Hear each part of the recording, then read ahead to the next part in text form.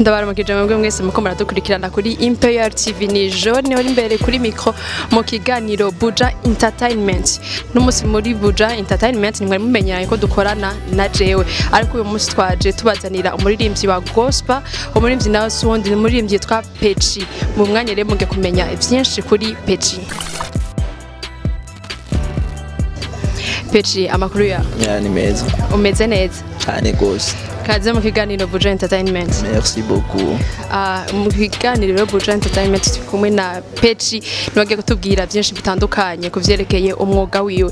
Peci urusanzwe uririmba gospel, ndimbo yawe ya mbere ni yahe? Ndirimbo ni indirimbo yitwa Kubwawe, narimbye en groupe, c'était en 2012. Ego. Watangwe kuririmba ryari?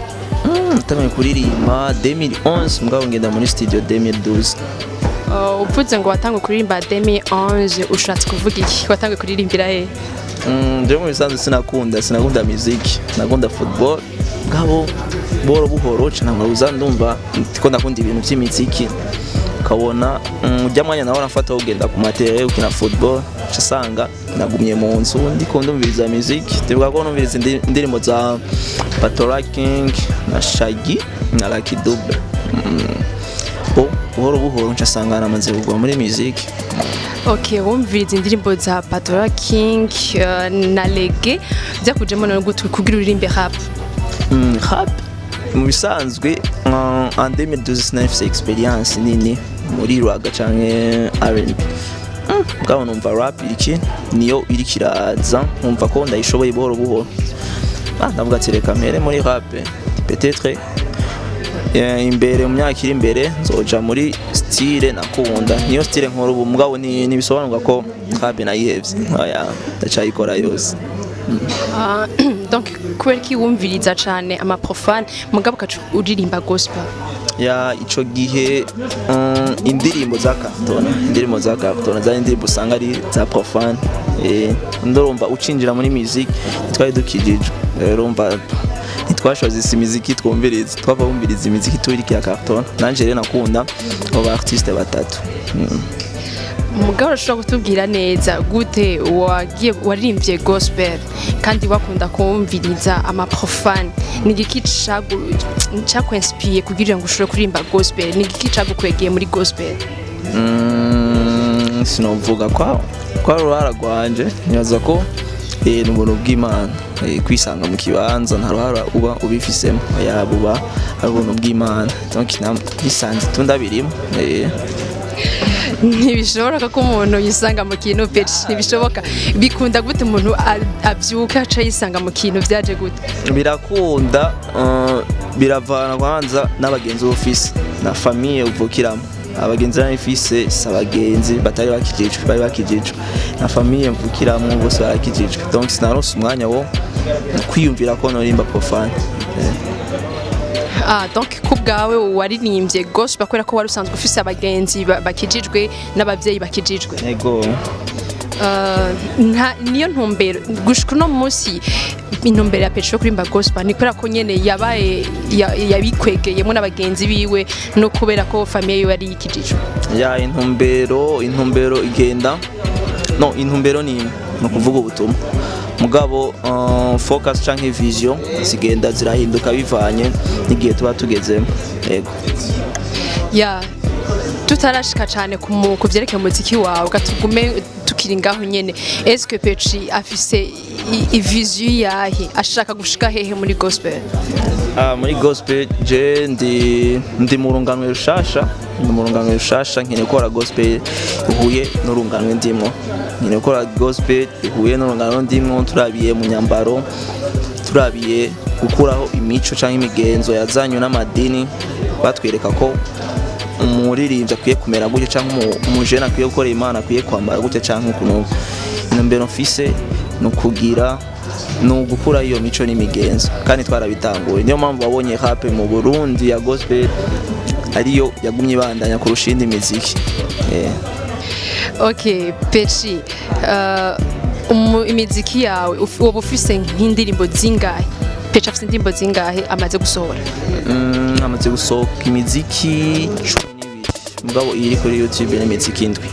imiziki indwi. Ubwa mbere je natangiye kumenya uri muri groupe y'abandi bantu ba Fleury muri One Way. Est-ce que ubu uri muri groupe cyangwa urimba wenyene? Ndirimba jenyene, ndafite indirimbo zitatu ndi jenyene. Yego.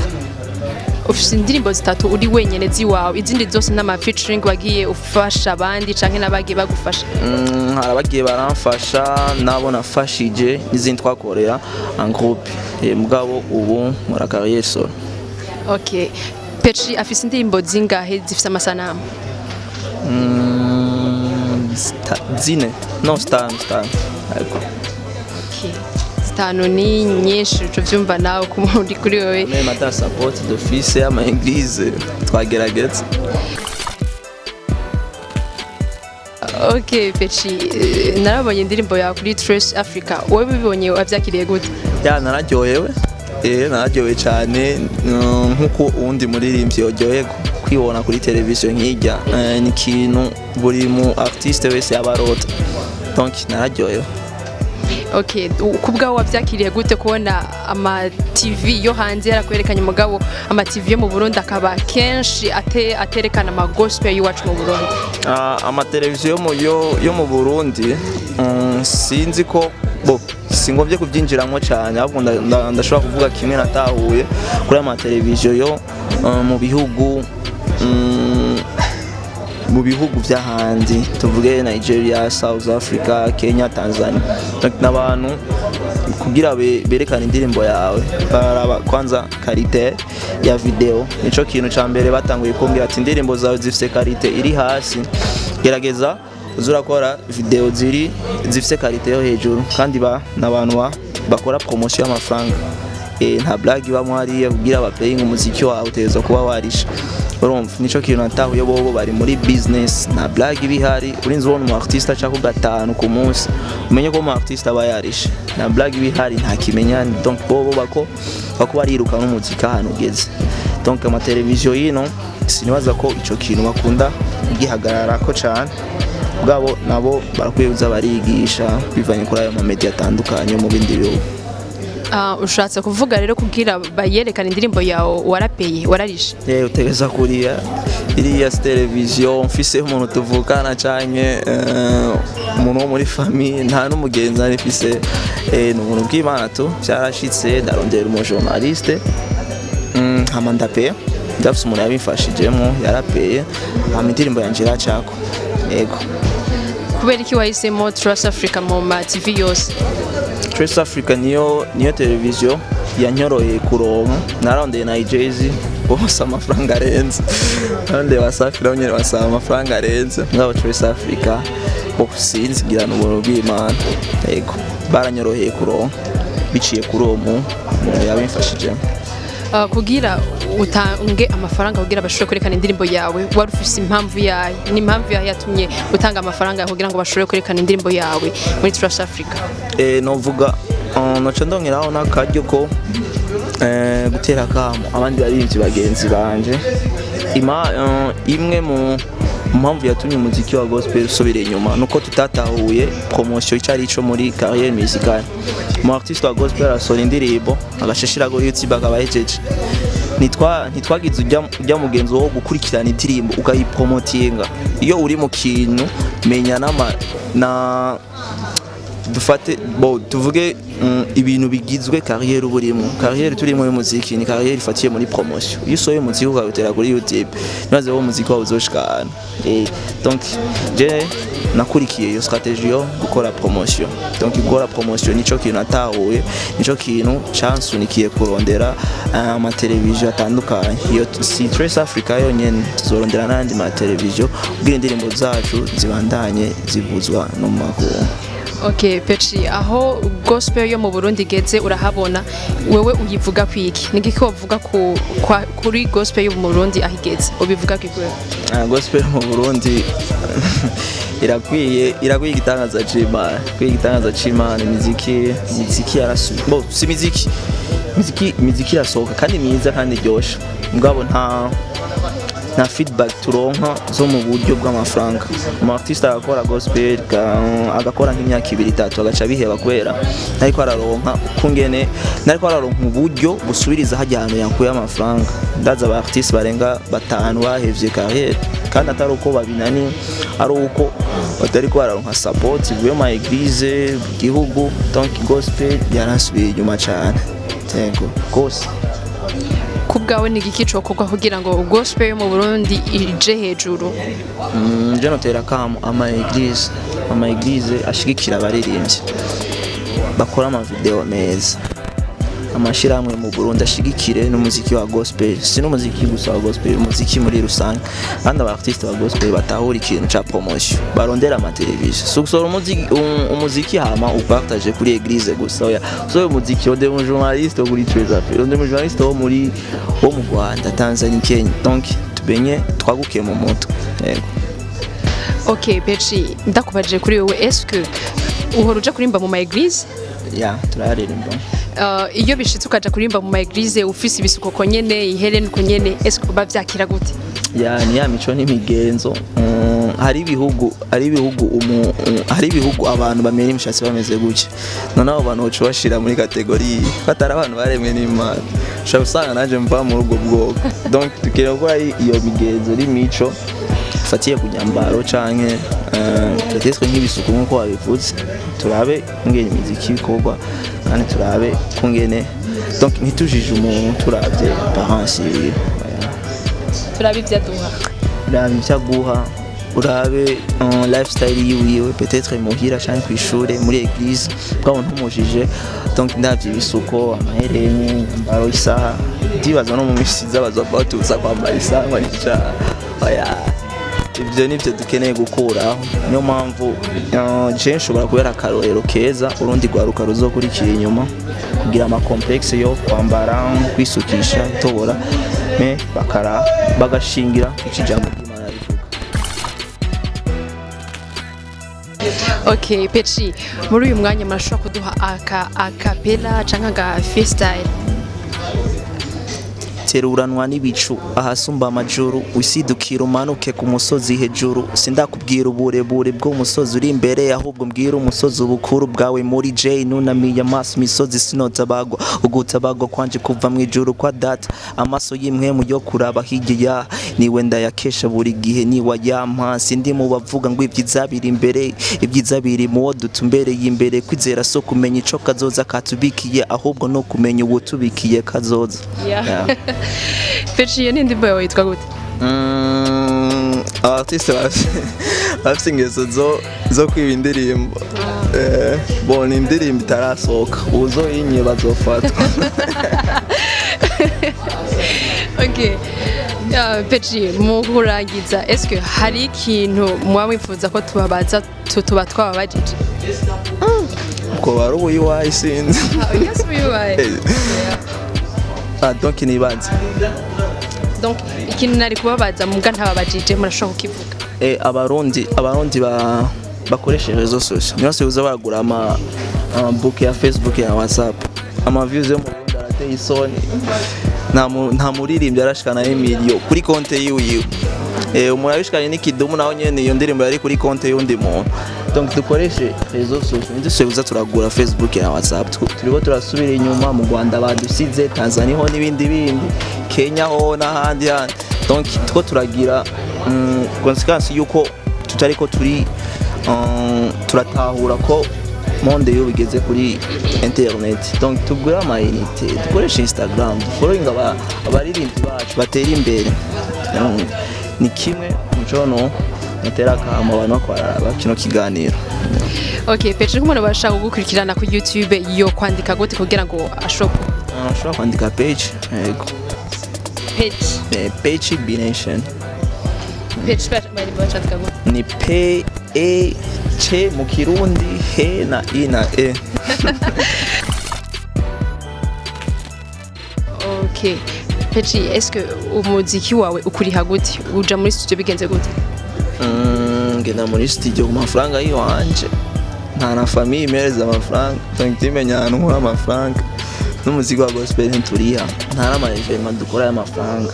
evenement dufise amafaranga mengo ni Pamoja Festival na ntiturashi donc ni ya question nyene ya support abanyagihugu ntibadushigikira ku buryo umu artiste ashobora gukora concert yiwe y'amafaranga yego nibaza ko umuziki nturagera aho ndiha urashobora kundiha mu bundi buryo mugabo budashemeye ku mu artiste ariko hari abandi bantu bakora amakoncert kandi barimba gospel kandi bakinjiza bakaronka abantu mu bisanzwe mbona ko aba gospel bafise abafani benshi bakoze concert abantu baritaba wewe kweri kiwumva ko utoronka abantu boza muri concert yawe oya sinavuze ko ntobaronka kandi ugiye ukaraba ajya ama evenement yabaye y'amafaranga usanga ama evenement iyo iheze ugasanga ajya amafaranga yaronse ariko arayishura ideni ugasanga nta na Samira afise yarenzeko nibaza nta muririmba gospel ariko arakora concert y'amafaranga Victoria Zinigombi bikore ni bon nabikunze ajya baratwuguruye amaso nibaza ko tugiye kuza turatahura ibintu bimwe abantu babikora bari ba Dodo ba Polinaire mugabo muri new generation navyo turakora none habuzige kugira mu bikore tuze ya support kubwira ukora evenement ushobora gukora evenement kinane batakuzi kirende batakuzi canke batakuzi kugira bakumenye bica he bica ku ma media ayo ma media kugira ubashikire bica he ni ya question no rukurikirana iyo utari kuronka promotion media ni ituma umu artiste akora evenement nashobora gukora evenement mu bantu batakuzi ngo ari amafaranga eske bayari hiyende donc ateza kuba bakuzi n'indirimbo zawe bazizi.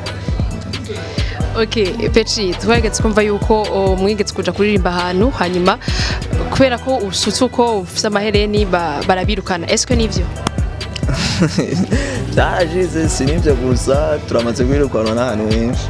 Tugirwa n'ahantu henshi. Hariyo na famille nashobora kuja kuramukanya mezuko. Ngabivyo. Ibyo n'ibinje nege je nguma nkora umuziki kunyene. Eske kubwa wifata gute? Yaje ndavyakira bien. Mugiye ntarumva umutima wiwanje nkumva nyene ko ari ahantu ndibohera sinshobora kubikuramo n'ibindi zobinzo bikura je umuntu akunda guhindura ibintu mu mutwe ndashobora gushaka tentire produit ki byose mugiye umutima wiwanje utari kurambuza gukoresha ikintu ndayikora sinshobora gukora ikintu kugira ndakuneze siniko ndirukana ndiko nirukana imicaha gusa. Eske nk'ubu nk'umukobwa ukunda ari nk'umupantekote urumva canke ari uwundi adakunda ukumeze mugabo uramukunda wo kwemeruka muheba acha akora cha kibazo cyo ukunda mugenza ngo wikunda ukunda mugenza ngo wikunda ndore yanunyishuye neza mugabo icyo kibazo kiragoye mugabo ndibaza urukundo n'ibisuko urukundo n'ibisuko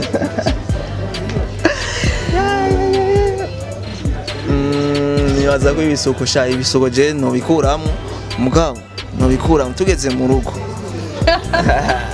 ugati wewe ibyo yakurondera byaheze je ko mashemo ibisuko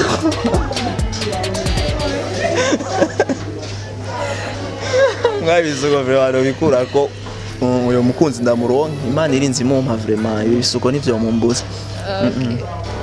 Ariko muri eglise nto bikura ko mugakura ku mukobwa bikura. Muri eglise y'abantu igihumbi wewe wokora ibintu kujyohera abantu igihumbi bose nawo ojyohera abantu ijana ugasanga abandi nefsa bakunaniye donc ntiwiruke n'abantu irukana wewe no kwizera kwiwawe iyo wumva mu mutima wiwawe utari kuriyagiriza ikintu utari kuraruka kwera ica kiraruhisha iyo ufite ikintu uyagiriza uraruha mu mutima utari kuriruka kumuri kuraruka meme ubwico kintu kurakora ntikiriho kirakuruhisha nta cyana kimwe ubona uri kurakora muri ico kintu ariko uragikora sinshobora gukompara eglise n'umukunzi biratandukanye. Okay, Petri ndagushimiye cyane. Nanje ndabashimiye cyane gose. Nizere ko nikindi gene twaguhamagara uzotwitaba. Cyane gose. Okay. Bakunzi ba Imperial TV namwe mwese mwakumara kurikirana ikiganiro Buja Entertainment turabashimiye mwese nimwibagire kugira subscribe, like, share and comment kuri channel ya Imperial TV +257. Thank you.